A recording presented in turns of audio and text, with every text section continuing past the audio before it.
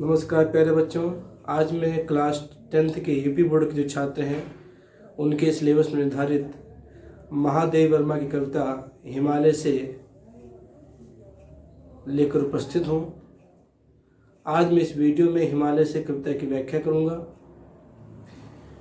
जहाँ तक महादेव वर्मा की बात है, महादेव वर्मा छायावाद काव्यधारा की स्वप्रमुख कवियत्री हैं। इन्हें आधुनिक मीरा के नाम से भी जाना जाता है। इन्होंने अधिकांश काव्य का सृजन किया जिससे हिंदी साहित्य को समृद्ध किया और इनकी सुप्रसिद्ध रचना यामा पर सन 1982 ईस्वी में इन्हें भारतीय ज्ञानपीठ पुरस्कार भी मिल चुका है। भारत सरकार ने इन्हें पद्म भूषण सम्मान से अलंकृत किया है।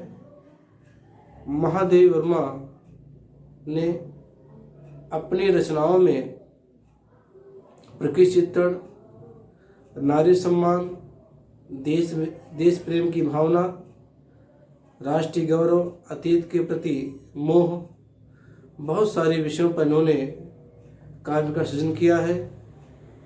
आज आपके पाठ्यक्रम में हिमालय से जो कविता है उनकी काव्य संग्रह सांद गीत से लिया गया है।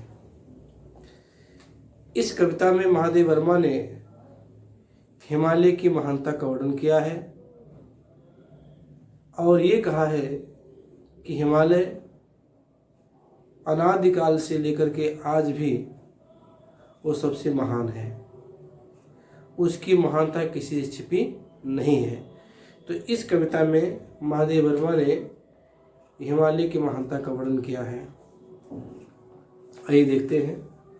मैंने कविता आपके सामने लिख दी है। हे चिर महान यह स्वर्ण सुश्वेत भान से लेकर के उनमें पावस दिग्मय विहार महादेव वर्मा का है और सांद की जिनकी काव्य संग्रह है वहां से लिया गया है कविता को।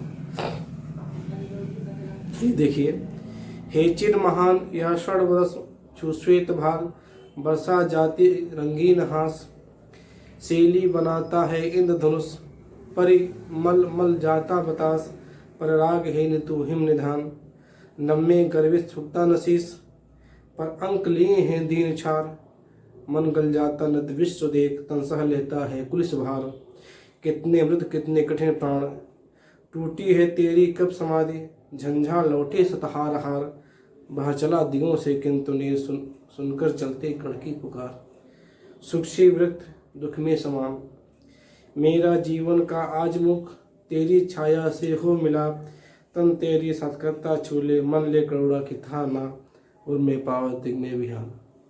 महादेव वर्मा कहते हैं, हे चिर महान, हे हिमालय, तुम प्राचीन काल से ही महान हो। यह स्वर्ण सुश्वेत भाल, श्वेत भाल मतलब होता है कि हिमालय पर्वत हमेशा बर्फ से ढका रहता है। बर्फ से तो बर्फ का रंग क्या होता है? सफ़ेद। तो कह रहे हैं कि जो तुम्हारा सफ़ेद रंग का मस्तक है, श्वेत मतलब सफ़ेद रंग, भाल मतलब मस्तक, कह रहे जो तुम्हारा सफ़ेद रंग का मस्तक है यह स्वर्ण रस में जब सूर्य की सुनहली किरणें, स्वर्ण मतलब सोना, रस मतलब किरणें, जब सूर्य की सुनहली किरणें तुम्हारे श्वेत मस्तक पर छूती हैं या स्पर्श करती हैं, वर्षा जाती रंगीन हास, और वह प्रकाश पूरे पृथ्वी पर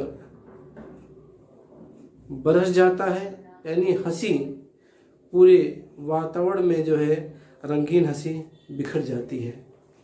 फिर देखिए, हे चिर महान यहाँ स्वर्ण रस श्वेत भाल वर्षा जाती रंगीन हास। हे हिमालय पर्वत, तुम शुरू से ही महान हो और जब सूर्य की सुनहली किरणें तुम्हारे श्वेत मस्तक को छूती हैं, स्पर्श करती हैं, तब रंगीन हंसी बिखर जाती है।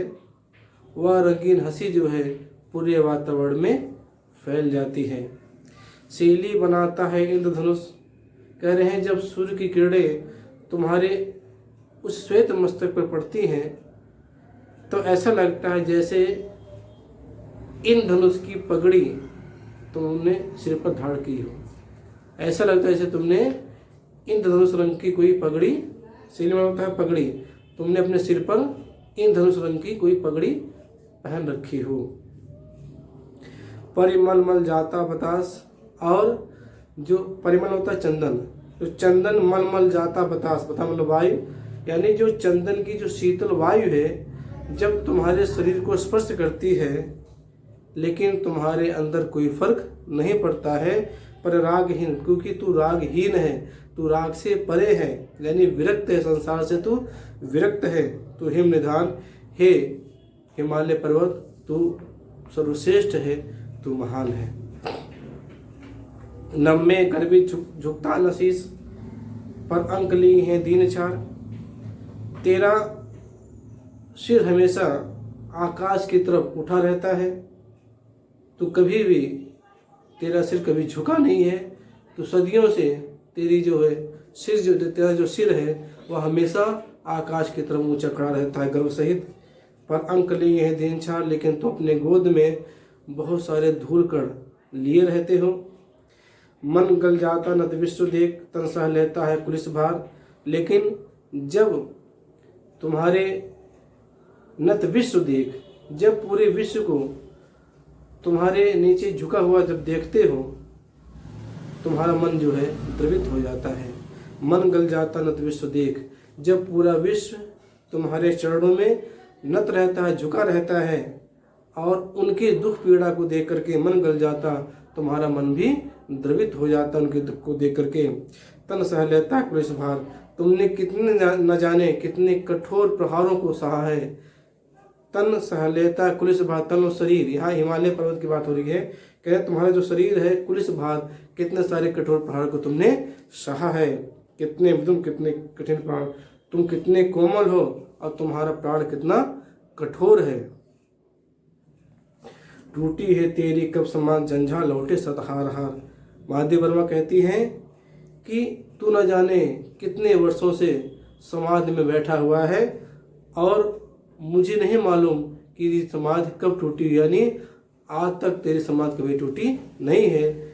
झंझा लौटे सतहार हार, और कितने जाने कितने सारे आंधी तूफान तुमसे टकरा करके पराजित होकर के लौट आए, तुम्हारा कुछ नहीं बिगाड़ पाए। बाचरा दिगों से किंतु नीर, सुनकर जलते कड़ की पुकार। कह रहे हैं जब विश्व की करुणा जब तुम सुनते हो, सुनकर जलते कड़ की पुकार, बहचरा दिगों से किंतु नीर। कह रहे हैं जब तुम विश्व के लोगों की करुण पुकार सुनते हो तो तुम्हारे आंखों से पानी निकल जाता है। दिगों मतलब नेत्र, नीर मतलब जल, तुम्हारे आंखों से पानी निकल जाता है। यानी पानी मतलब है कि आप जानते हैं कि हिमालय पर्वत से बहुत सारे झरने और नदियां निकलती हैं, तो यहाँ पर कवित्री ने उसे एक आंसू के रूप में उम्मीद किया है। कह रहे हैं सुनकर जलते कड़ की पुकार, जब तुम संसार के करुण भावना को सुनते हो तो तुम्हारे हृदय से, तुम्हारे नेत्र से पानी निकल जाता है।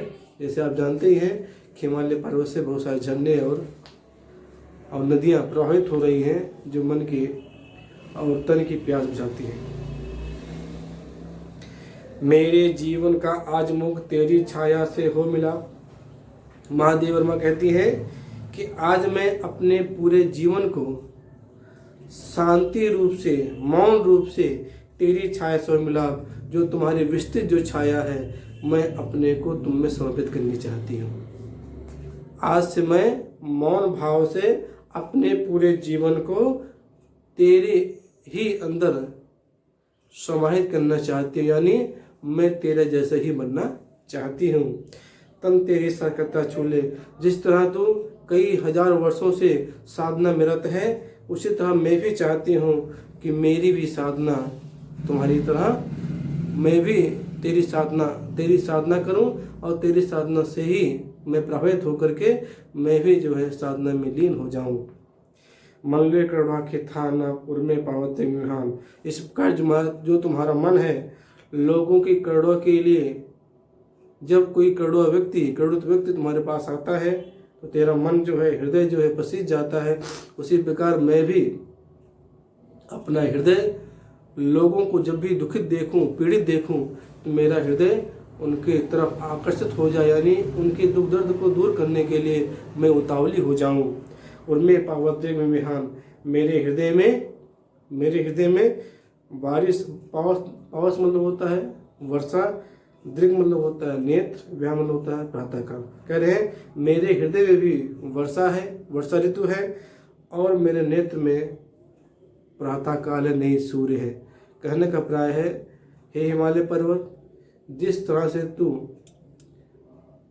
अपने सभी सांसारिक विषय वासनाओं से तू विरक्त है और सुख से तेरा कोई लेन देन नहीं है, लेकिन जब भी किसी दुखित प्राणी को देखता है तो तेरा हृदय पसीज जाता है, उसी प्रकार मैं भी चाहती हूँ कि मेरा तन, मेरा शरीर, मेरा मन, मेरा हृदय, मेरा सब कुछ जो है तेरे में क्या हो जाए, समर्पित हो जाए, और तेरे ही गुण मेरे अंदर आ जाए। और जब भी मैं किसी को पीड़ित देखूं, कष्ट में देखूं, तो मेरा मन जो है, मेरा हृदय जो है, उसकी सेवा के लिए तत्पर हो जाए। ऐसी मेरी आपसे कामना है।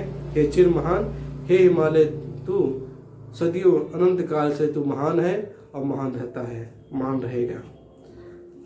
पहले बच्चों, आज के लिए बस इतना ही। मुझे उम्मीद है कि आपको ये वीडियो पसंद आएगा। अगर पसंद आए तो लाइक कीजिए। अगर आपने अभी मेरे चैनल को सब्सक्राइब नहीं किया, सब्सक्राइब कीजिए और अपने दोस्तों यारों के बीच में शेयर कीजिए।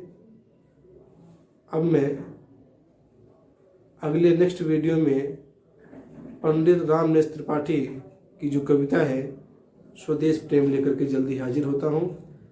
तब तक के लिए धन्यवाद। जय हिंद।